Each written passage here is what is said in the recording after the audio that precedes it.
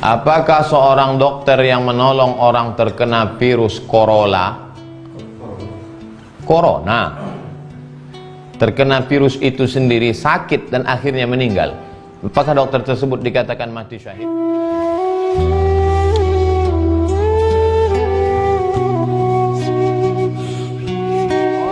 Warak menjaga diri dari ucapan, dari lidahnya, dari cakapnya, dari kata-katanya, itu lebih kuat daripada emas dan perak. Makanya ada ungkapan, diam adalah emas. Orang yang warak, karena man katsura kalamuhu katsura saqtuhu. Siapa yang banyak ngomongnya pasti banyak salahnya. Maka warak menjaga ucapan itu lebih kuat daripada emas dan perak.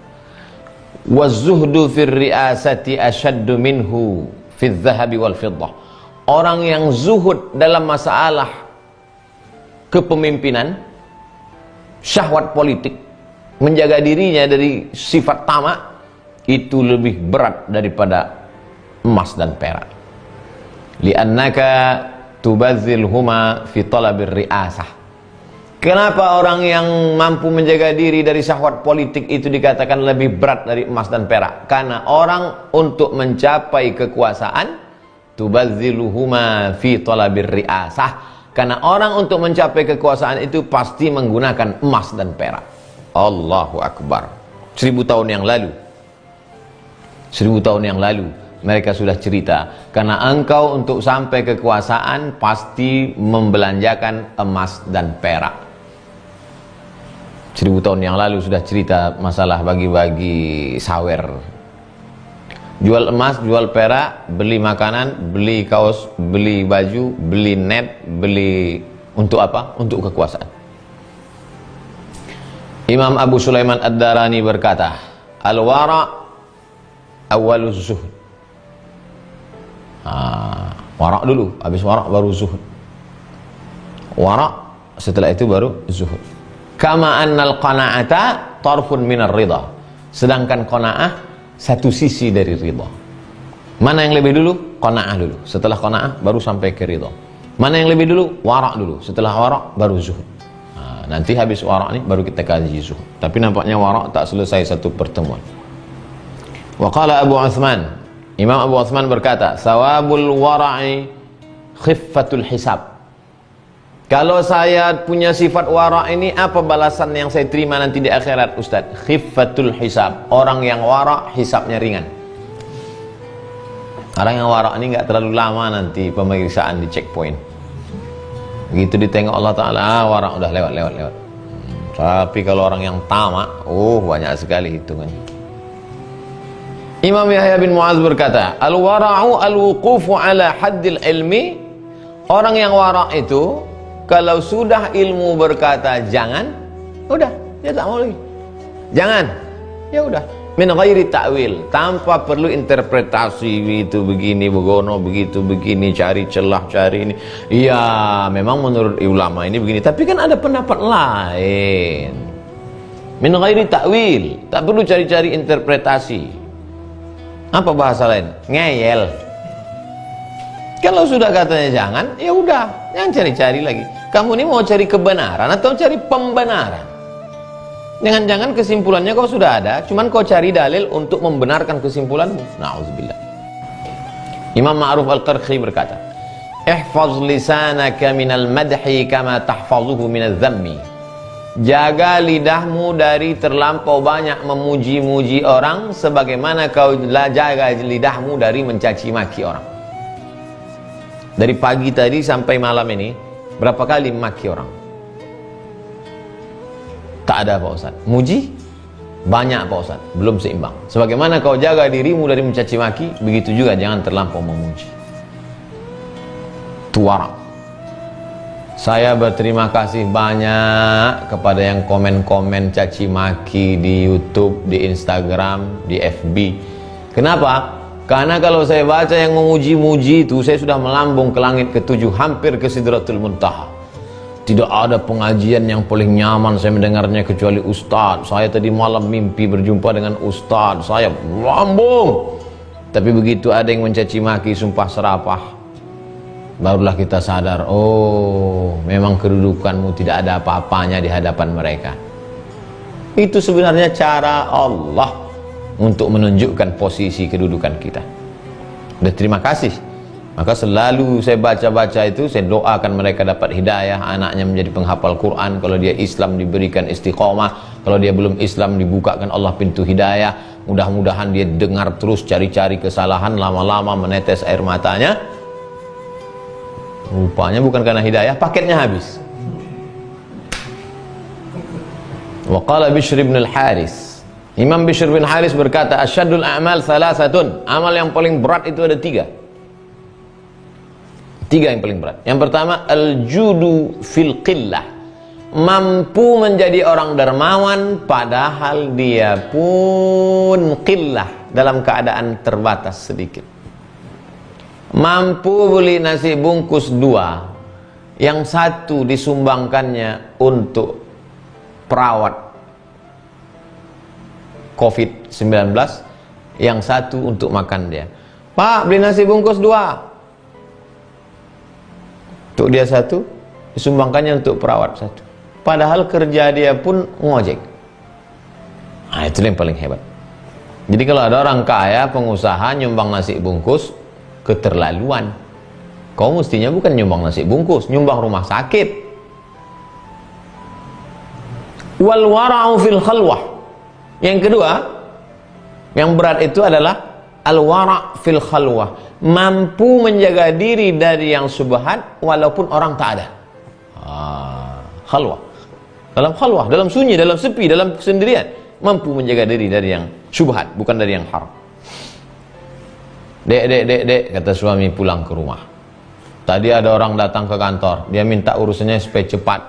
Terus dibawakannya kain tenunan dari Riau, cantik. Saya cari-cari di internet, harga tenunan itu 5 juta. Terus mana dia, mas? Saya wara' fil khalwah, kata Ustaz Somad. Ketika orang tidak ada, CCTV tidak ada, pengawas tidak ada, sanggup saya mengembalikan, berarti itulah wara'. Kata istrinya, goblok, bodoh, itu tidak haram mas, bawa aja pulang, kenapa? Kalau nggak kuat hidup ini. Kita berkata wara', semua berkatakan bodoh. Kalah yang wara', tinggal bodoh. Wa kalimatul haqqi indaman yukhafu minhu wa yurja, mampu berkata tegas kepada orang yang ditakuti dan diharapkan. Ada orang kaya di kampung itu, atau Pak Kades, paling disegani, paling ditakuti, tapi mampu berkata tegas, Pak Kades, jangan kasih izin pendirian meja biliar itu Pak Kades. Padahal nanti dia maunya banyak. Pas ngurus tanah, jual tanah, sama Pak Kades. Pas urusan akte kelahiran anak, kata pengantar dari Pak Kades. Pas ngurus izin nikah, ada memo Pak Kades. Sebenarnya saya mau ngomong gitu Pak Ustaz. Kenapa kau tak ngomong? Itulah nanti saya takut susah urusan, nggak enak. Ini yang paling berat. Mampu dermawan walaupun tak ada duit, mampu wara' walaupun tak ada orang melihat, mampu berkata tegas pada orang yang ditakuti dan orang diharapkan di masa akan datang. Ja'at ukhtu Bishri al-Hafi. Hafi artinya enggak punya sendal. Orang yang kemana pergi enggak pakai sendal namanya al-Hafi. Kenapa dia enggak pakai sendal? Karena dia malu menginjakkan kakinya pakai alas di atas bumi Allah Subhanahu wa taala. Kerja dia mabuk, judi, zina. Mabuk, judi, zina. Mabuk, judi, zina.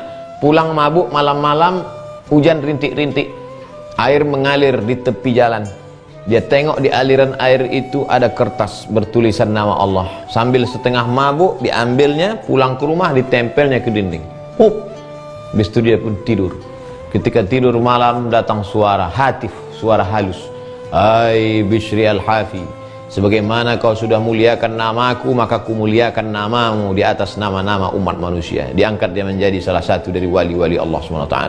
Sejak itu dia bertobat dan tidak mau pakai sendal, malu menginjakkan kakinya di atas alas karena malu banyak silap salah dosa kepada Allah SWT. Dia punya seorang perempuan, adik perempuan. Datang adik perempuannya ke rumah Imam Ahmad bin Hanbal. Tahun 241 Hijrah meninggal Ahmad bin Hanbal, Imam Hambali yang imam mazhab itu setelah Imam Syafi'i. Wa qalat, berkatalah adik Bishri al-Hafi tadi, inna naghzilu ala sutuhina, kami menenun kain di atas atap. Rumah orang Arab tak sama macam rumah orang di Pekanbaru. Rumah orang di Asia atapnya begini karena hujan lebat. Rumah orang di Arab atapnya datar, namanya satah. Biasanya musim-musim panas naik ke atas. Maka dia menenun kain di atas atap itu. Fatamarra bina masyailuz zahiriyah. Malam gelap tak ada lampu, mau pakai lampu minyaknya mahal. Jadi dia menenun berhenti. Kapan dia menenun? Ketika pasukan tentara lewat. Nah, ini kan jam-jam 11 nanti tentara sama polisi lewat nih. Jangan berkumpul, pulang karena wabah virus corona. Nah, jadi dulu gitu juga. Kalau pas malam itu lewat pasukan tentara. Begitu pasukan tentara lewat kan ada lampunya.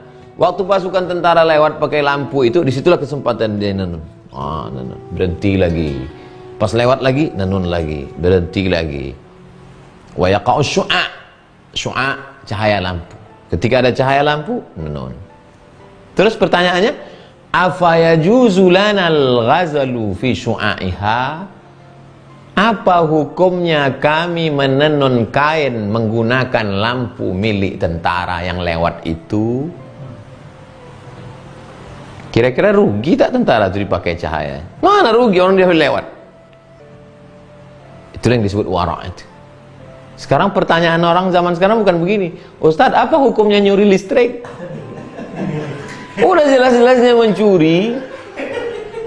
Udah jelas-jelasnya mencuri, merusak itu PLN. Itu pula tanya. La ilaha illallah.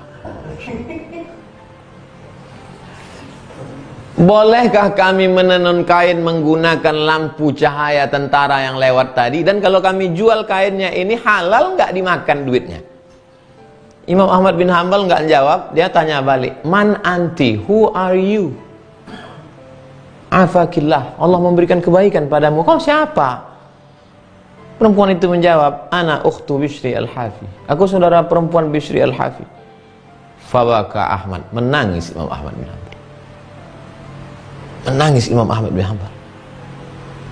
Apa kata Imam Ahmad? Min baitikum yakhrujul wara'us shadiq. Dari rumah kamu keluar orang yang punya sifat wara', yang jujur, bukan wara' yang dibuat-buat.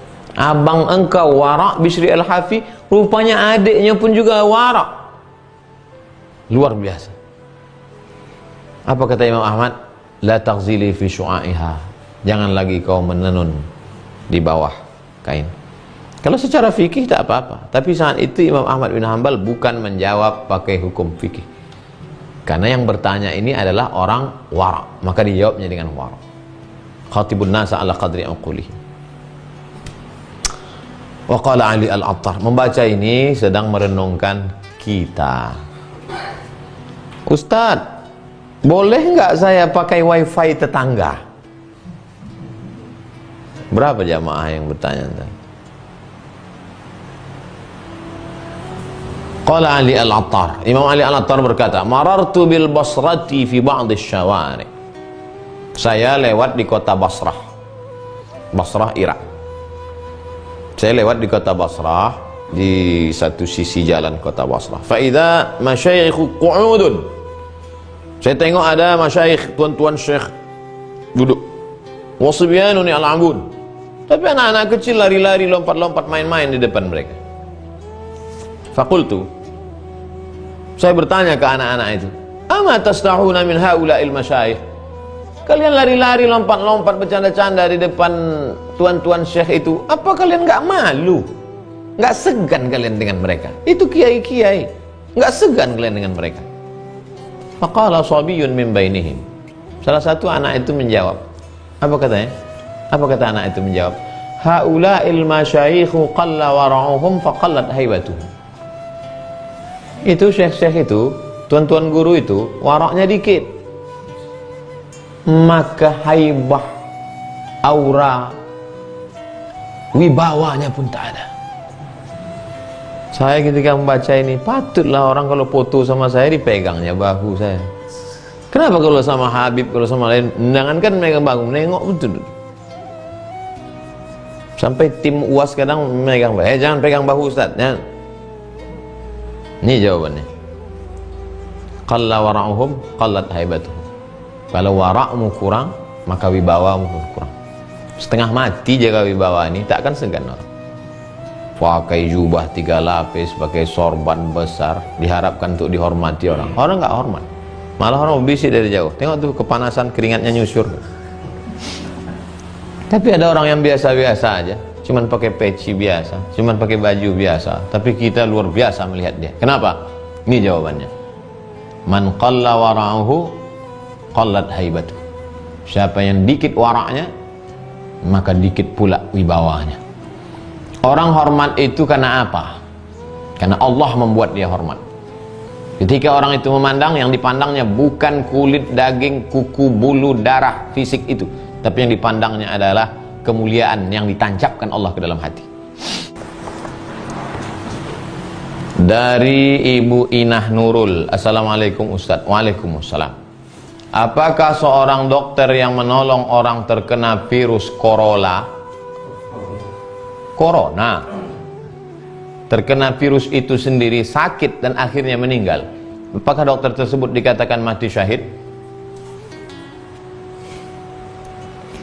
Sedangkan yang diam di rumah muhtasiban hanya mengharapkan balasan dari Allah mati syahid, apalagi yang terkena dan dia karena berjuang karena Allah, dia dapat syahid plus.